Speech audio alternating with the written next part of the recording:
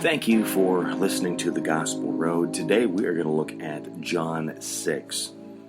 It says, After this, Jesus went away to the other side of the Sea of Galilee, which is the Sea of Tiberias. And a large crowd was following him because they saw the signs that he was doing on the sick. Then Jesus went up on the mountain, and there he sat with his disciples. Now the Passover, the feast of the Jews, was at hand. Lifting up his eyes then, and seeing the large crowd was coming toward him, Jesus said to Philip, Where are we to buy bread so that these people may eat? He said this to test him, for he himself knew what he would do. Philip answered him, 200 denarii worth of bread would not be enough to feed each of them to get a little. One of his disciples, Andrew, Simon Peter's brother, said to him, There is a boy here who has 5 barley loaves and 2 fish, but what are they for so many? Jesus said, Have the people sit down. Now there was grass in the place, so the men sat down, about 5,000 in number. Jesus then took the loaves, and when he had given thanks, he distributed them to those who were seated. So also the fish, as much as they wanted. And when they had eaten their fill, he told his disciples, Gather up the leftovers, fragments, that nothing may be lost. So they gathered them up and filled 12 baskets with fragments from the 5 barley loaves left by those who had eaten. When the people saw the sign that he had done, they said, This is indeed the prophet who has come into the world. Perceiving then that they were about to come and take him by force to make him king, Jesus withdrew again to the mountain by himself. When evening came, his disciples went down to the sea, got into the boat, and started across the sea to Capernaum. It was now dark, and Jesus had not yet come to them. The sea became rough because a strong wind was blowing. When they had rowed about 3 or 4 miles, they saw Jesus walking on the sea and coming near the boat. They were frightened. But he said to them, It is I, do not be afraid. Then they were glad to take him into the boat, and immediately the boat was at the land to which they were going. On the next day, the crowd was reminded on the other side of the sea, saw that there had been only one boat there, and that Jesus had not entered the boat with his disciples, but that his disciples had gone away alone. Other boats from Tiberias came near the place where they had eaten the bread after the Lord had given thanks. So when the crowd saw that Jesus was not there, nor his disciples, they themselves got into the boats and went to Capernaum seeking Jesus. When they found him on the other side of the sea, they said to him, Rabbi, when did you come here? Jesus answered them, Truly, truly, I say to you, you are seeking me, not because you saw signs, but because you ate your fill of the loaves. Do not work for the food that perishes, but for the food that endures to eternal life, which the Son of Man will give you. For on him God the Father has set his seal. Then they said to him, What must we do to be doing the works of God? And Jesus answered them, This is the work of God, that you believe in him whom he has sent. So they said to him, Then what sign do you do that we may see and believe you? What work do you perform? Our fathers ate the manna in the wilderness, as it is written, He gave them bread from heaven to eat. Jesus said to them, Truly, truly, I say to you, it was not Moses who gave you the bread from heaven, but my Father gives you the true bread from heaven. For the bread of God is he who comes down from heaven and gives life to the world. They said to him, Sir, give us this bread always. Jesus said to them, I am the bread of life. Whosoever comes to me shall not hunger. Whoever believes in me shall never thirst. But I said to you that you have seen me, and you yet do not believe. All that the Father gives me will come to me, and whatever comes to me I will never cast out. For I have come down from heaven, not to do my own will, but the will of him who sent me. And this is the will of him who sent me, that I should lose nothing of all that he has given me, but raise it up on the last day. For this is the will of my Father, that everyone who looks on the Son and believes in him should have eternal life, and I will raise him up on the last day." So the Jews grumbled about him because he said, "I am the bread that came down from heaven." They said, "Is not this Jesus the son of Joseph, whose father and mother we know? How does he now say, 'I come down from heaven'?" Jesus answered them, "Do not grumble amongst yourselves. No one can come to me unless the Father who sent me draws him, and I will raise him up on the last day. It is written in the prophets, and they will be taught by God. Everyone who has heard and learned from the Father comes to me. Not that anyone has seen the Father except he who is from God. He has seen the Father. Truly, truly, I say to you, whoever believes has eternal life. I am the bread of life. Your fathers ate the manna in the wilderness, and they died. This is the bread that comes down from heaven, so that one may eat of it and not die. I am the living bread that came down from heaven. If anyone eats this bread, he will live forever. And the bread that I give for the life of the world is my flesh." The Jews then disputed among themselves, saying, "How can this man give us his flesh to eat?" So Jesus said to them, "Truly, truly, I say to you, unless you eat the flesh of the Son of Man and drink his blood, you have no life in you.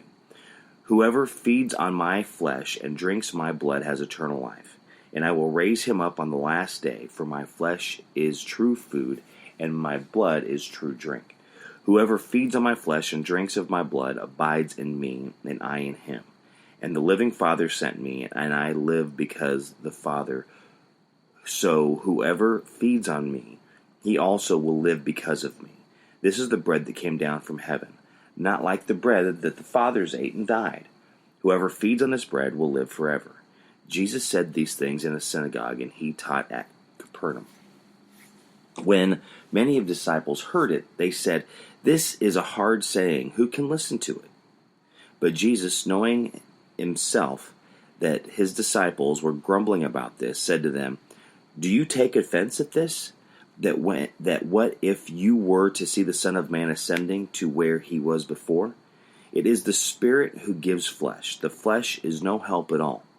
The words that I have spoken to you are spirit and life. But there are some of you who do not believe." For Jesus knew from the beginning who those were who did not believe, and who it was who would betray him. And he said, "This is why I told you that no one comes to me unless it is granted by the Father." After this, many of the disciples turned back and no longer walked with him. So Jesus said to the 12, "Do you go away as well?" Simon Peter answered him, "Lord, to whom shall we go? You have the words of eternal life, and we have believed and have come to know that you are the Holy One of God." Jesus answered them, "Did I not choose you, the 12? And yet one of you is a devil." He spoke of Judas, the son of Simon Iscariot, for he, one of the 12, was going to betray him.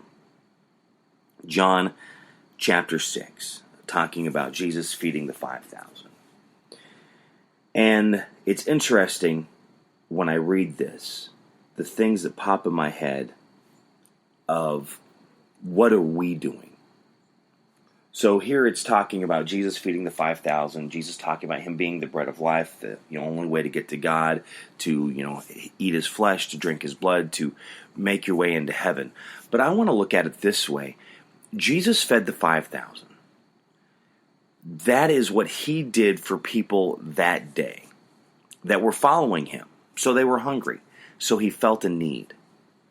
What is it that we are doing to fill that need for people that are around us?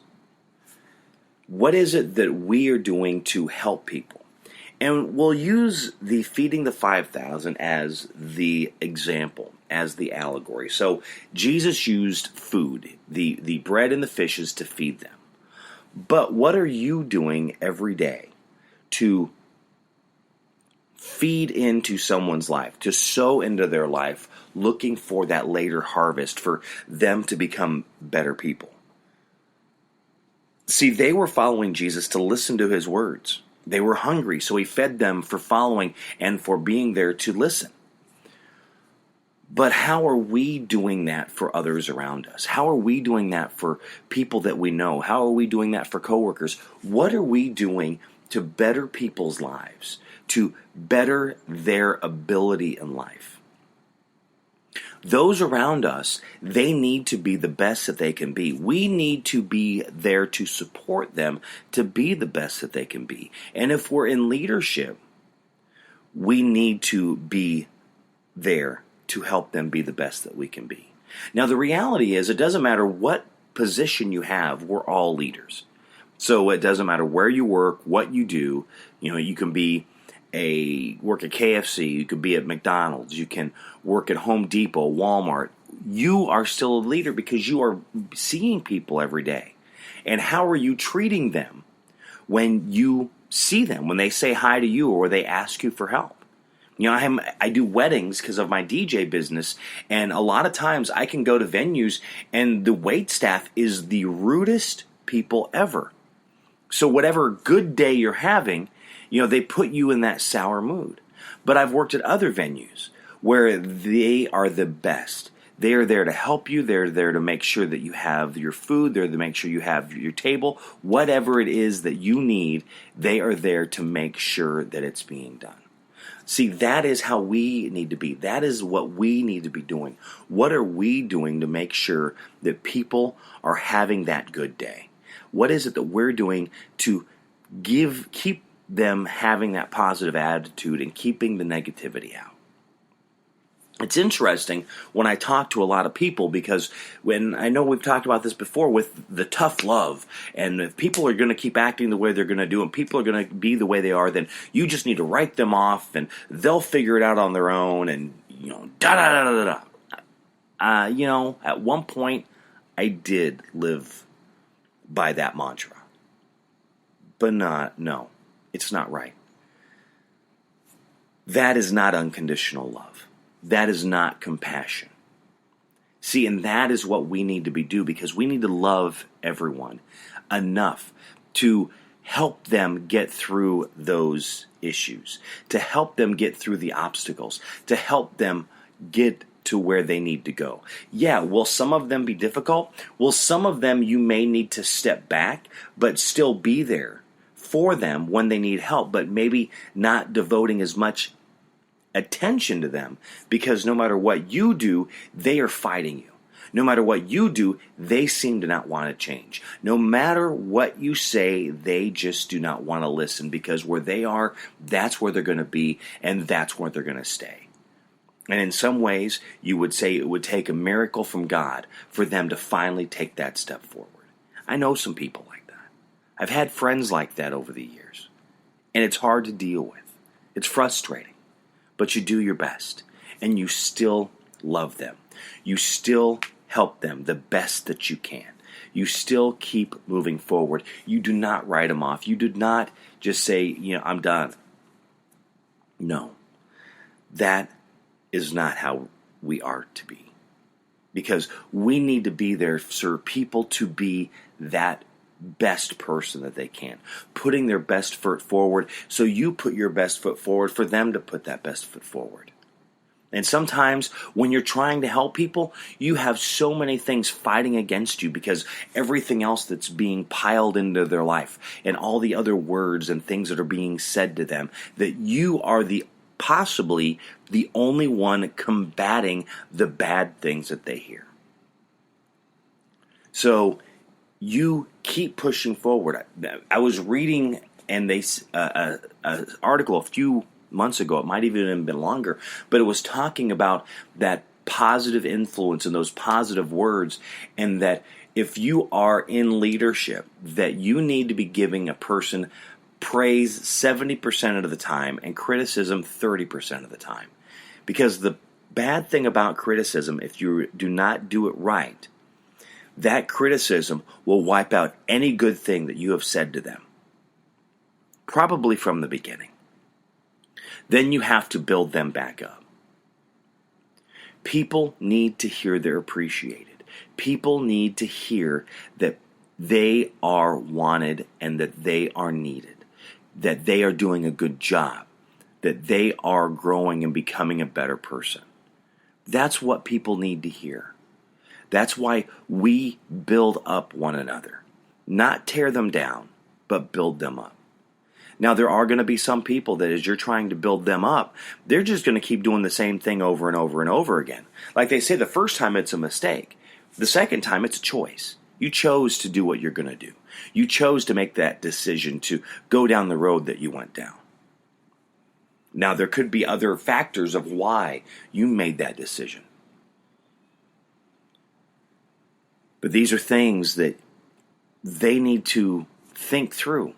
Again, we can't force anybody to change. You know, the saying goes, you can lead a horse to water, but you can't make him drink. And that's true, because until they decide they want to drop their head to the river to take that drink, you're not going to make them do that. Until a person realizes that their life needs to change and they make the moves to do that, it's not going to. Over the years, people know the weight loss journey that I've been on and how I'm still going to the gym and still working out and still trying to be a healthier person. Until I made the decision that I was going to change something, nothing was going to change in that part of my life. But then I made a change. I saw something different, and I started moving forward. Living our lives better, living our lives healthy, both spiritually, mentally, physically, and financially. That's another one too that a lot of times people talk about, and it's not always the easy one, but you do your best. But if we can get all those cylinders firing together, we will be the best and the strongest person that we've ever been. We can have others be the best and the strongest that they've ever been when they can get all of those cylinders firing together. John chapter 6. That is what we were looking at today, Jesus feeding the 5,000. Read it for you and see what it is that is put in your heart, which is what I talk about every time, is that I can share with you what I see. I can share with you what kind of goes through my heart and in my mind. But again, this is a personal relationship. This is your relationship that you need to work on. I cannot work on your relationship for you, with God or anybody else. That's you. Those are the decisions that you make because you have that free will. And you need to be ready to learn, to understand, and to find out as much as you want to know. It's a decision I had to make. It's a decision that you also have to make. Thank you for listening to The Gospel Road. Have a great day. God bless.